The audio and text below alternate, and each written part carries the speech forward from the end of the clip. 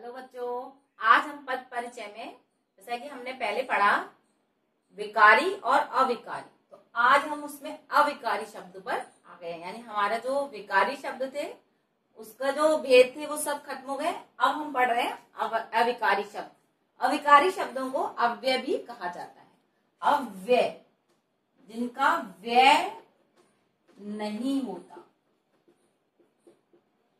और व्यय का मीन्स होता है खर्च, लेकिन यहाँ शब्द में व्यय का मीन्स खर्च नहीं है, यहाँ परिवर्तन से है।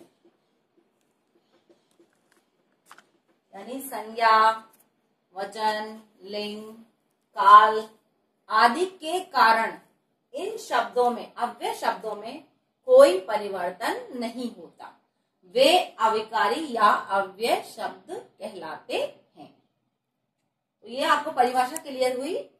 अव्यय मीन्स होता है जिसमें कोई विकार नहीं होता, जिसमें कोई परिवर्तन नहीं होता, वे शब्द अविकारी शब्द कहलाते हैं। तो इसमें अव्यय के भेद हैं।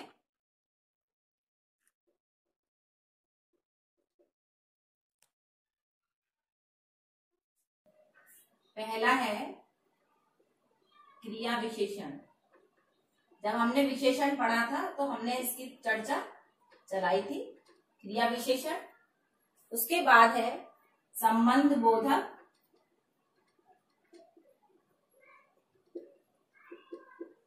अव्यय, समुच्चय बोधक,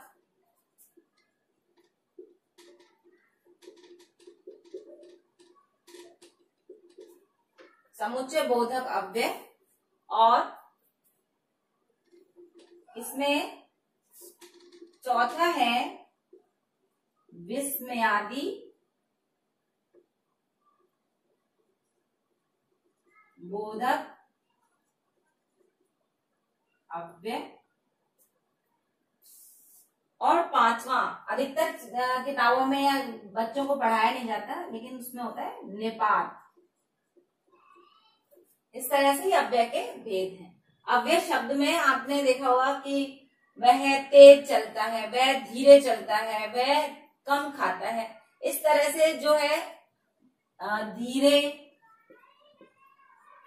कम, तेज, वाक्य में संज्ञा, सर्वनाम, काल, वचन, लिंग के बदलने पर भी इनमें कोई परिवर्तन नहीं होता, इसीलिए ये अव्यय कहलाते हैं। तो क्रिया विशेषण की परिभाषा हुई क्रिया की विशेषता। क्रिया की विशेषता बताने वाले शब्द क्रिया विशेषण कहलाते हैं। जैसे कार धीरे चलती है, तो आपने देखा कि चलना क्रिया है और क्रिया की विशेषता बता रहा है धीरे, यानी ये इसका विशेषण है।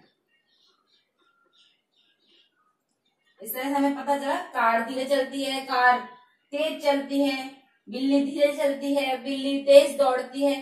तो यहाँ आप चेंजेस आते रहेंगे, यहाँ चेंज आते रहेंगे। यहाँ कहाँ से चेंज आया? कुत्ता तेज दौड़ता है, कुत्ता तेज दौड़ता था, कार धीरे चलती थी। तो यहाँ चेंज आएंगे, यहाँ चेंज आएंगे। जो चेंज नहीं आएंगे तो वो कहाँ नहीं आएंगे? धीरे शब्द में या तेज शब्द में या कम शब्द में, यानी अव्यय शब्दों में कहीं कोई परिवर्तन नहीं आएगा, और वो क्रिया से पहले उसके विशेषण बनेंगे, वे क्रिया विशेषण कहलाते हैं। अब संबंध बोधक में ऐसे ही संबंध बताएंगे। क्रिया का संबंध एक वाक्य से दूसरे वाक्य में बताएंगे। जैसे पेड़ के पीछे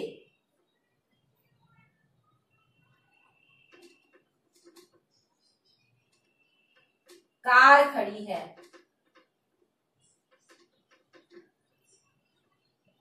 इस तरह से हम क्लियर करेंगे, पेड़ के पीछे कार खड़ी है। तो कार कहाँ खड़ी है? कार पेड़ के पीछे खड़ी है। तो जहां खड़े यानी क्रिया विशेषण में जो संबंध बताया जा रहा है वो के पीछे। तो के पीछे क्या है? इसका संबंध बोधक अव्यय है। इस तरह से हम संबंध बोधक अव्यय के बारे में यहाँ पढ़े। ऐसे ही समुच्चय बोधक में समुच्चय तथा और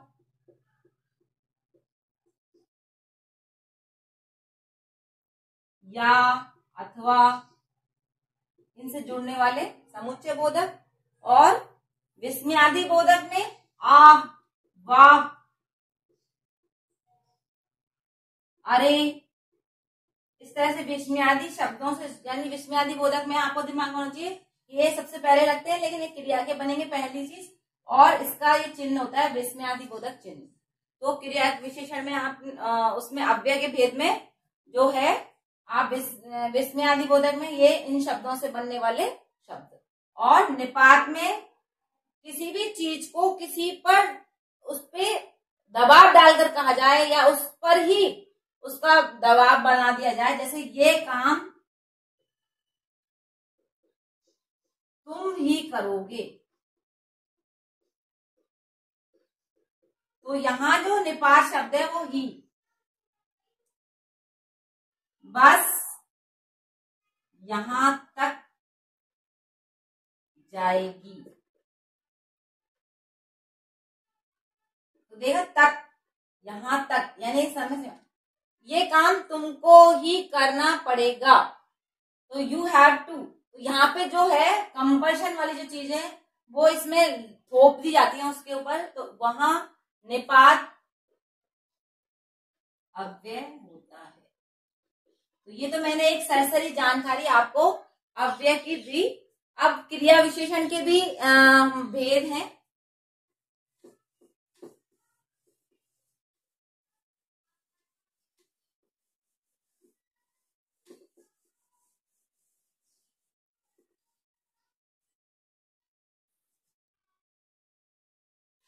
क्रिया विशेषण के भेद,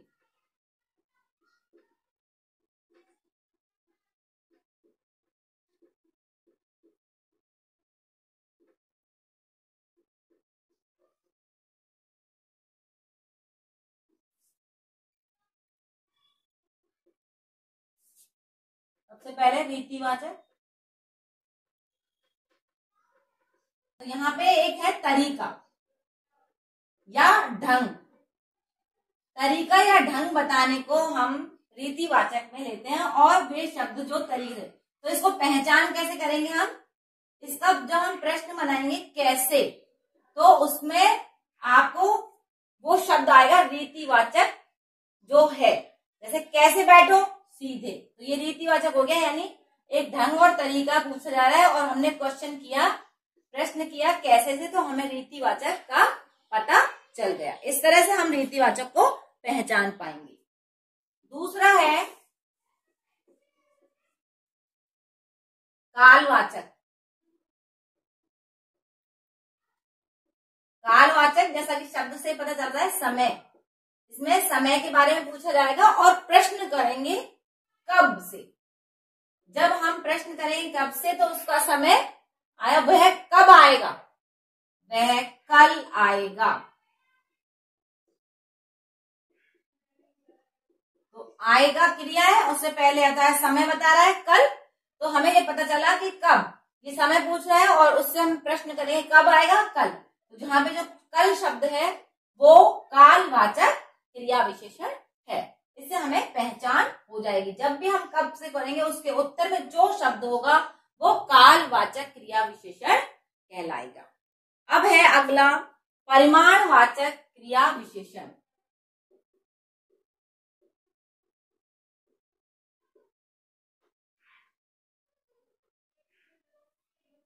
जैसा कि इसमें परिमाण का मीन्स होता है मात्रा, किसी भी चीज की मात्रा पूछी जाएगी तो वहां हमें इससे, जैसे हमें यहाँ प्रश्न करना है तो हमें यहाँ प्रश्न करना है कितना, कितना से जब हम प्रश्न करेंगे तो उसका जो उत्तर आएगा उस शब्द को हम परिमाणवाचक क्रिया विशेषण कहेंगे। कम खाओ,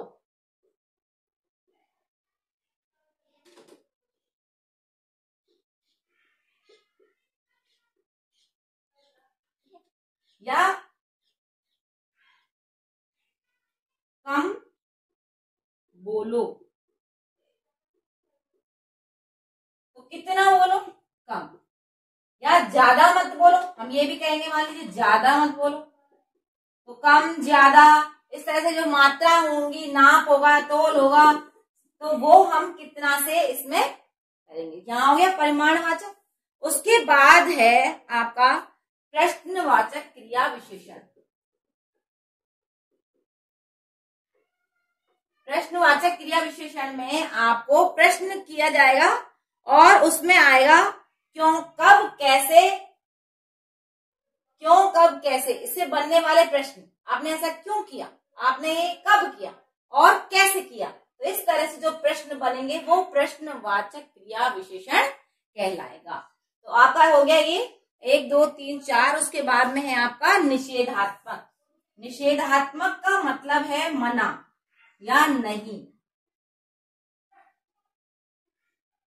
किसी भी चीज को मना करना या निषेध करना या किसी चीज को नहीं करने के लिए कहा जाता है, वहां शब्द है निषेधात्मक। जैसे हमने कहा फूल मत तोड़ो, तो वहां निषेधात्मक है जहां हमने किसी चीज के लिए मना किया, नहीं करना है, या किसी चीज को हम एक मतलब एक कहते हैं ना, एक संदेश में भी कहें या हम कहें कि उसे सूचना रूप में भी कहें कि फूल तोड़ना मना है, तो तोड़ना या क्रिया है, उसका मना है तोड़ना, तो ये काम नहीं करना है, तो ये क्रिया विशेषण निषेधात्मक में आते हैं। इस तरह से आपका ये जो है एक इसमें है स्थानवाचक। स्थानवाचक में हम यदि कहें कि किसी भी स्थान के बारे में पूछा जाए तो वहां हमें प्रश्न बनेगा कहां। जैसे मैंने आपसे कहा ऊपर बैठो, तो बैठो हो गया, कहां बैठो, ऊपर। नीचे बैठो, नीचे जाओ, ऊपर जाओ।